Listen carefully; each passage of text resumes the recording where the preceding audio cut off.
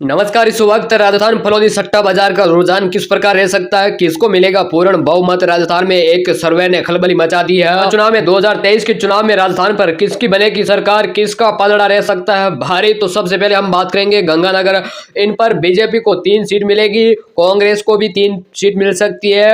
अब बात करें बीकानेर, तो यहाँ पर बीजेपी को 5 सीट मिलती दिखाई दे रही है, कांग्रेस को भी 2 सीट, अन्य के खाते में 0-0 रह सकती है। यहाँ पर बीजेपी का पलड़ा भारी रहेगा। वहीं जैसलमेर में बीजेपी को 0 सीट, कांग्रेस को 2 सीट और अन्य को 0 सीट मिलती हुई दिखाई दे रही है।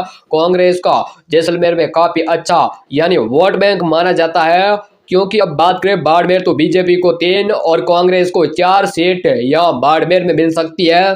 फलौदी सट्टा बाजार की माने तो जालौर में बीजेपी को 3 और कांग्रेस को 2 सीट मिलती हुई दिखाई दे रही है, अन्य को 0-0 सीट यहाँ मिलेगी।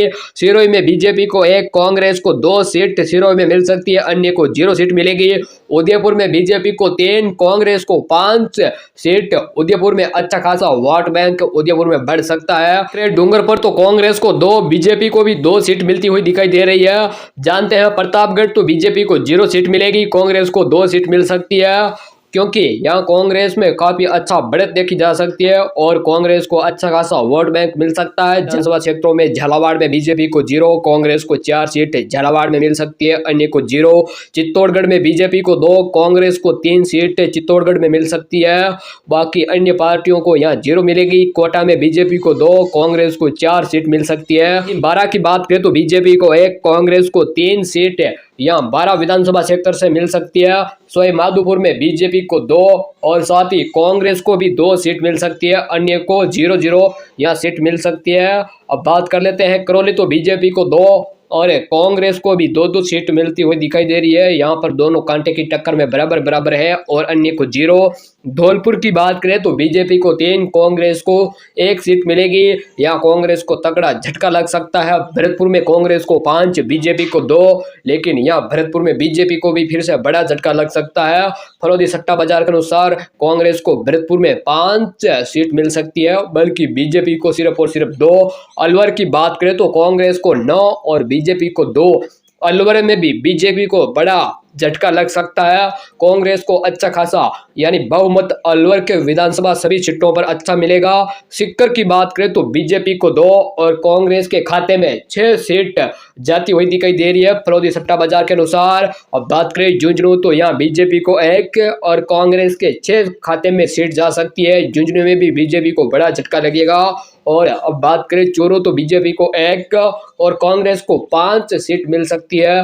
बीजेपी में भी कांग्रेस का पलड़ा भारी रह सकता है और यहाँ बीजेपी को 1 चूरू में सीट मिल सकती है। भीलवाड़ा की बात करें तो बीजेपी को 3, कांग्रेस को भी 4 सीट मिल सकती है।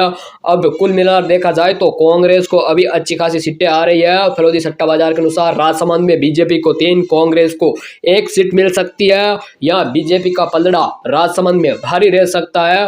हनुमानगढ़ जिले की बात करें तो सभी यहाँ विधानसभा क्षेत्र में बीजेपी को 2 और कांग्रेस के खाते में 3 सीट जा सकती है, बाकी पार्टियां अन्य और नागौर के बीजेपी को 2 सीट जा सकती है, कांग्रेस को 5, बाकी अदर अन्य की बात करें तो उनके अकाउंट में 3 सीट नागौर जिले के विधानसभा क्षेत्र की सीट जा सकती है। जोधपुर के बीजेपी को 2 और कांग्रेस के 8 सीट खाते में जा सकती है, बाकी पार्टियों को अन्य को 0-0 सीट मिल सकती है। जोधपुर में भी बीजेपी की 2 सीट आएगी, बाकी लगभग 8 की 8 सीट है वो कांग्रेस के खाते में जाती हुई दिखाई दे रही है।